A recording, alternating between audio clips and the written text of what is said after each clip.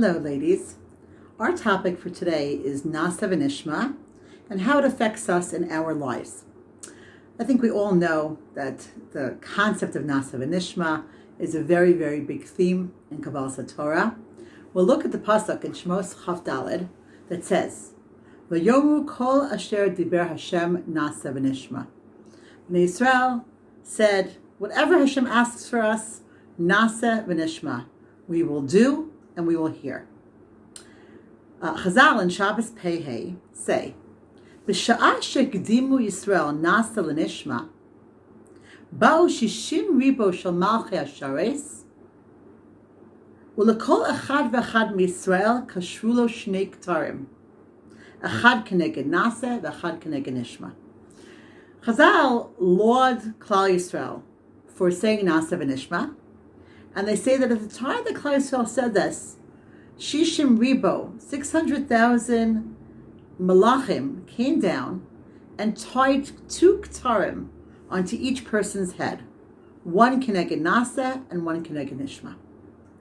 If we think about this Chazal, we realize that there's obviously a double value in what Bnei Israel did. There is a value to saying Nasa before Nishma, to committing to do something before you actually understand. And there's also a value to Nishma that comes after Nasa, to getting reinforcement and hearing after you've already done something. Let's understand this. This has many different applications to our lives. Let's talk about Nasa before Nishma. Ladies, it's very, very difficult for us to do things that we don't understand. And if this is a struggle that Chazal appreciate, and the Rebbetzin Dina Schoonmaker appreciated at the time of Ma'amad Har Sinai, then clearly it is something that in our generation is even harder. Let's analyze this a little bit. Let's understand what we're referring to. People do not like to be told what to do. And therefore, if I can understand something, then at least I can own it and I can maintain my independence that I'm choosing to do things that I understand. The second I say Nasa Venishma, I am committed to doing even if I don't understand. I am putting full trust in the Ribbono Shel Olam, and I am in a sense giving up my independence because it's not about wrapping my head around it. It's not about, well, if I like this and understand it, I'll do it. And I'm giving up that independence. It's very interesting. In Chazal and Sanhedrin, Tzadik Aleph, they talk about, Antoninus and Rebbe have a very interesting conversation where they're discussing when does the Yetzer Hara enter a person? At the moment of conception or at the moment of birth? So the Havamina is that maybe it's at the moment of conception. But then the Gemara says that Antoninus said, well, if it would be at the moment of conception, then the baby would never agree to be confined for 9 months to the mother's womb, and it would break itself out and abort the pregnancy. So the conclusion of the Gemara is that the Yetzer Hara must come to the person at the moment of birth. Now, what's being discussed here? What is this? Very, very interesting, because it seems that the definition of the Yetzer Hara is nobody tells me what to do. Don't confine me. Don't tell me I have to stay here. I won't agree. And it's so interesting because even the conclusion of the Gemara that says that the Yetzer Hara must come into the person at the moment of birth. Any of you who've observed a newborn baby, only a few hours old, a few minutes old, if the baby doesn't want to eat, you cannot force the baby to eat. If you swaddle the baby and they don't want to stay swaddled, they'll kick off the blanket. And they were just born. So clearly this desire to not be confined by things, to have choice, is a very basic human characteristic that comes very, very, very early on in life.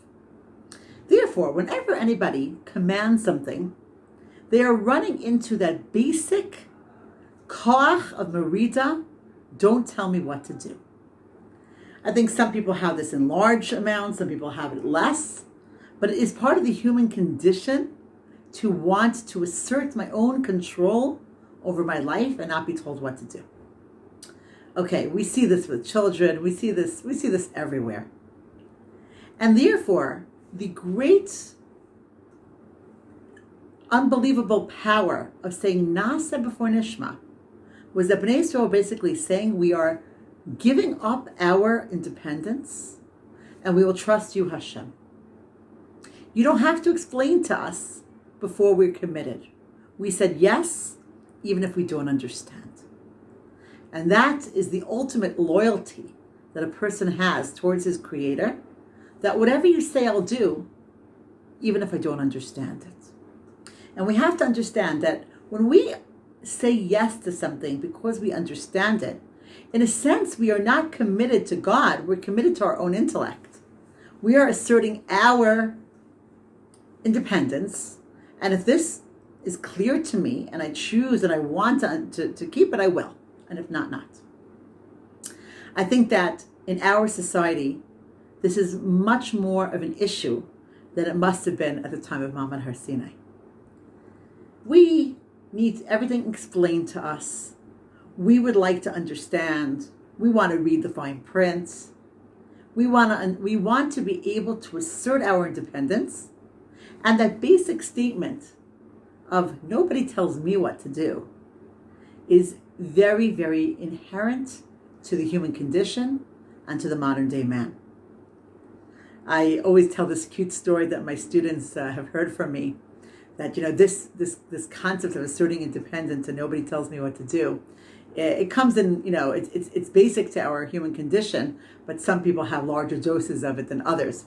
So I have a very, very sweet young child who one morning I was pouring him orange juice, and I put the cup down and I turned around to make him a sandwich. And as I was making the sandwich, I said, "Are you drinking your juice?" And I saw something that taught me so much. The second I said, "Are you drinking your juice?" he was about to drink it, and he put it down. He speaks to me in Hebrew, and he says, "Chaval shebikasht." Too bad that you asked me. I wanted to drink it, but now that you told me to drink it, I have to assert my independence. Those two words, he must have been like 4 years old at the time. Those 2 words, chaval shebikasht, like I'm thirsty. Now that you asked me, I have to assert my independence and not drink it. It was out of the mouth of babes, and it was so powerful. So we all kind of have a little bit of this chaval shebikashta. Like once we're asked to do something, it's harder for us. This also explains what Chazal tell us. Gadol ha-mitzuva ve'oseh mesheno mitzuva ve'oseh. That the mandatory gets more schar than the voluntary. Now, that doesn't really make sense. You think that if people volunteer, that should get extra credit. They're doing extra. But it's keneged the psychology of a person. People like to volunteer because that's their free choice. Nobody told them they had to do it. The second you tell somebody that they have to do something, it's mandatory, you're running into their Yetzer Hara and their desire to assert their independence. And that's why the Torah gives us more schar for the mandatory than for the voluntary. Okay, I'd like to apply this idea of Nasa before Nishma, because that really explains the loyalty that we have. And I'd like to just apply it to different areas of our lives. Clearly, we've been speaking about the fact that following Hashem's will, even when we don't understand, is part of our life as from Jews. In fact, we have the chukim, things that we can't understand even if we want to. But even mishpatim, even mitzvahs that we understand and we enjoy, they have aspects to them that are not clear to us. In fact, one of my teachers once said that every mishpat has aspects of chok to it. Let's give an example. We can wrap our head around the concept of tzedakah and meiser. Beautiful concept, makes sense. But then when it gets down to 1/10, you may ask yourself, well, why not 1/9 or 1/12? Why 1/10? And there's chuki aspects to every mishpat. Even things that make sense to us have details in halacha that we can't always understand exactly why. And this is our commitment of Nasa Venishma. We will do things even when we don't clearly and purely understand them. But I'd like to take this and apply this elsewhere, out of our struggles with our regular commitments to Torah. This concept of Nasa before Nishma also applies in parenting and in marriage. Okay, I'll give you the marriage one first. I always find this very interesting. The Medrash in Tana D'B'Eliyahu Perek Tes talks about Yael and why was she zocha that the geula of Klal Yisrael came through her. And the lashon, it's a very famous lashon. Yael isha kshera haita osa ratzon ba'ala haita. That her merit was that she was osa ratzon ba'ala. I find that when I teach these concepts, you run sometimes into the resistance in our generation of people hearing the words osa ratzon ba'ala, that she does the will of her husband. So I like to often explain this a little bit deeper. And I say, let's talk about three categories of doing your husband's will. Sometimes you're lucky that you and him have the same opinion about something. And that's an easy one. When people date, they think they have so much in common. And then when they get married, they realize they're actually very different. So when your husband would like something and you like the same thing, it's easy to do his ratzon then, because his ratzon and your ratzon match up. Then we have a category a little more difficult, where your husband has a ratzon for something, and it's not your ratzon. But with a little explanation, if you could wrap your head around why it's important to him, then you do it pretty happily. I always bring this example of somebody who I'm close to, whose husband asked her one day if she could bleach the washing cups. And she looks at him with this look like, what's that all about? And he said he was reading an article about where germs are found in religious homes. And one of the number one, I think maybe it was the highest, was in washing cups. It sits in your sink and you wash everything with soap and water. And it kind of, takes all the germs in, doesn't get washed. And then you wash your hands for bread. Germs, germs, germs, germs, and then you take your bread. So once she understood it, she was a little disgusted by the washing cup germs, and she happily bleached the washing cups. That's a second darga of osa ratzon bala, because it's not about that I really want to do this, but my intellect, once I can wrap my head around it and understand it, that makes sense. And then we have the third category. The third category I will demonstrate through a very amusing chazal in Nedarim Samach Vav. Chazal tell a story about a certain man and woman who were married, who came from different cultures and spoke different languages. So when the man said to his wife, when he handed her 2 candles and asked her to put it bereisha debava, he meant at the head of the doorway, to light up the house, light up the entrance to the house, reisha debava. She unfortunately did not understand that, and she understood reisha debava to mean on the head of bava. Bava ben Vuta was the Gadol Hador, and she understood that her husband was telling her to plant 2 candles on the head of the Gadol Hador. Intelligent she wasn't, but there's still what to learn from this chazal. So she goes into the Beis Medrash and she looks for the Gadol Hador, and she puts 2 candles on his head. And he, being a tzaddik, asked her, "Why did you do this?" And she says very simply, "Kach tziftani bali." This is what my husband asked me to do. And he says back to her, "At ritzon ba'alech asit, hamakom yotzim emech shtei banim kevava v'buta." You did the will of your husband, and Hashem will give you 2 children who will be Gdolei Hador. Now, what are we supposed to learn from this interesting story? Again, she wasn't very intelligent if she understood that her husband wanted her to put 2 candles on the head of the Gadol Hador. But why are Chazal telling us over this story? So one way to look at this is through the prism of what we've just learned. It was clear to Bava ben Buta that this was a naseh before Nishma. That this is what he wanted. She didn't understand why, but she was so loyal to her husband that she did his ratzon, even if she didn't understand why. And, sometimes people cannot articulate their preferences, the reasons for their preferences. In fact, in relationships, often people have things that they would like, and they don't even have a very built explanation of why they like it.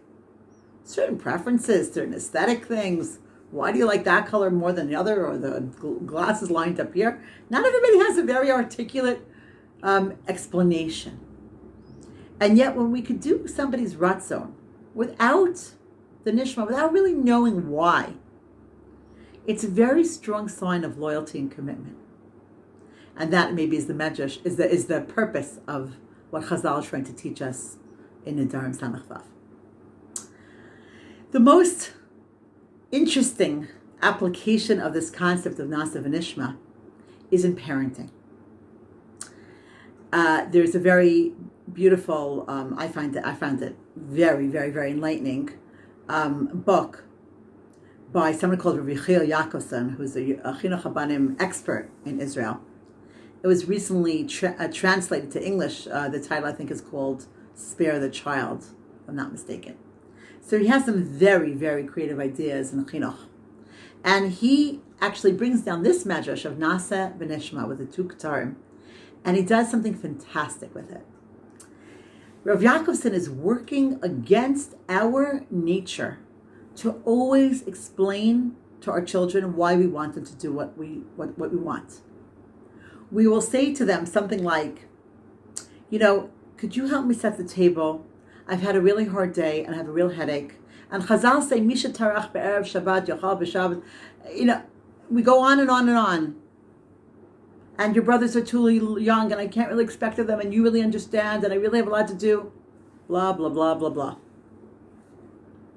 Rav Yaakovson says that this nature to always explain ourselves is problematic in terms of teaching children to actually obey. And he takes the Nasa Venishma model and he says, there's an advantage to Nasa before Nishma. There's advantage to saying to a child, can you please do this? And then later giving him the explanations. In fact, he really goes to the Medrash and he says there's an advantage of Nasa before Nishma and Nishma after Nasa. And he goes into the two. And I want to explain to you. I read his work in Hebrew and he says here, Hakdama na'aseh l'nishma ma'atzima et ha'hitchayvut u'meshaperet et hatziyut. He says, making sure that you ask somebody to do something without explanations actually strengthens their commitment and it improves their willingness to comply. Again, we spoke earlier that in our society, we don't want to do anything that we don't understand. And children are like this sometimes. If I understand it, I'll do it. And if I don't like your reasoning, I won't do it. When I read this idea by Rav Yaakovson, I was very, very struck by it. He says, very often when we ask a child to do something and we give a lot of explanations, sometimes we'll throw in a Torah explanation, sometimes we'll just explain what's going on and why we need this. We feel that we're being inclusive, we're being democratic, we're being educators. That little voice inside us that says, why should I expect him to get off the couch if I don't tell him why? He says, all your nice reasoning for why you explain this. He says so powerfully, he says the child sees it as being apologetic. The more you have to give blah, blah, blah, blah, blah, blah, blah, long explanations to get me off the couch, maybe you don't really think I should get off the couch. Maybe you're not really so confident in what you're asking me to do. Maybe you think it's not fair to ask me. He says in Hebrew, he says, Imata, he has this expression where he says, Imata mitzadek, siman she'incha tzodek. He said, if you have to explain yourself so much, maybe there's something faulty in your logic. And therefore, he gives a recommendation which is extremely counterintuitive. I was sweating when I read this. He said, ask children to do something without explanations. Can you please do this? Because I said so. He says it's strengthening the ability to subjugate to authority without always understanding. Because when you have to understand in order to acquiesce, you really are not subjugating yourself to authority. You're subjugating yourself to your own intellect. And if I don't understand, I won't keep it. So he says it's important for functioning in life in terms of the child's relationship with the Venishma, the child's relationship with his boss, the child's relationship with the rules and regulations in the place where he lives, then not everything is going to be explained to him. And it becomes a handicap when we have to understand everything in order to keep it. He says, therefore, you're actually doing the child a favor by saying to him, please come set the table, without the explanations. By the way, he says on the side some very important points about this. He says, most of what we ask our children to do is not rocket science. And if they think a little bit themselves, they could probably figure out why you need them to set the table, or why you need them to go bring a meal to the old lady next door, or whatever it is. In fact, he says, if they ask themselves, why am I doing this? And they give themselves the explanation, they will internalize the value that you're trying to teach. We all know that messages that you can learn on your own are very, very powerful, even more than when people spoon feed you the reasons. In fact, when a child says, but why do I have to do this? You can even throw back, what do you think? But the idea is that the commitment to doing is there, even if I don't understand. I have to just tell you, ladies, that he says that often kids will be more agreeable when they don't have reasons. And I tried this out a few times. I'm not saying that it applies in every situation, but I actually found that sometimes my long explanations were working against me. And here I want to explain to you why. When we give people long explanations, in addition to the fact that they are think that we're trying to justify ourselves and we're being apologetic, they also, in a sense, lose some very important content that you were trying to share with them. If I say to a child, Mi shetarach be'erev Shabbos yochal b'Shabbos, or if I tell a child something about tzedakah or about helping people, that's a beautiful message. But when I say to the child as he's sitting on a couch reading a book, and he thinks I'm trying to get him to do something, then my message is lost. It wasn't good timing.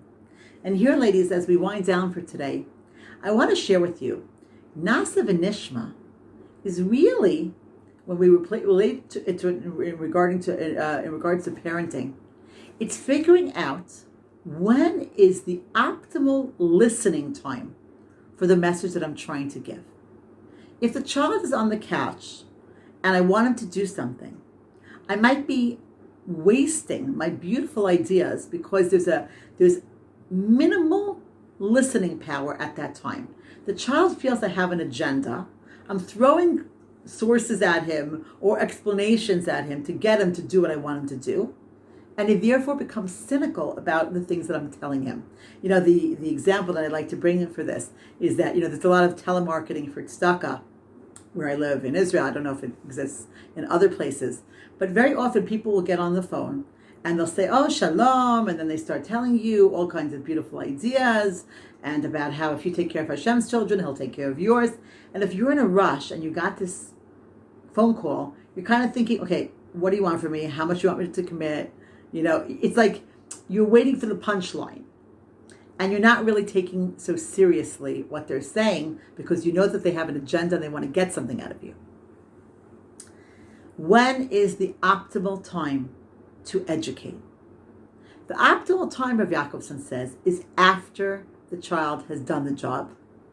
Go back and give him then. That was a great job. Do you know what Chazal promise you when you are Toreach on Erev Shabbos? Do you know what schos it is to help an old lady? He says, just like the listening power is very closed when you have an agenda before the action, it is actually maximized after the action was done.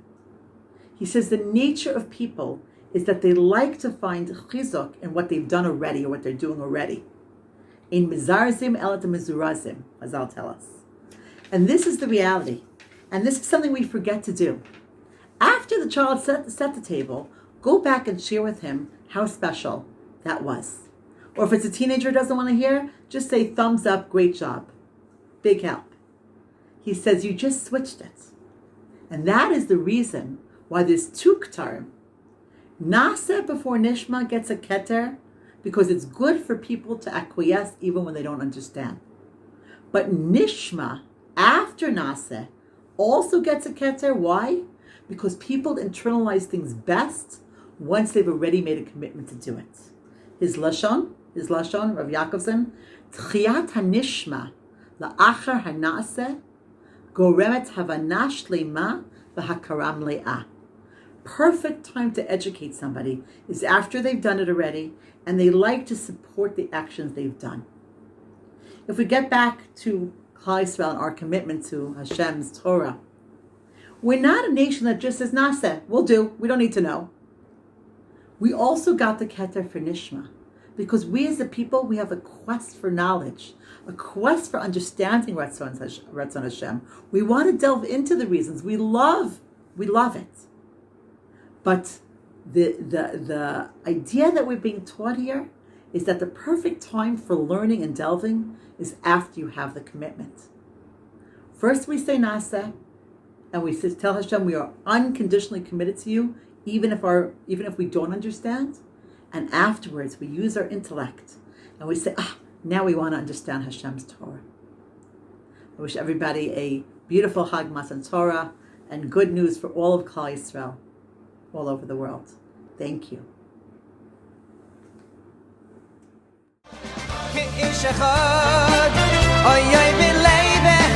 Vayichan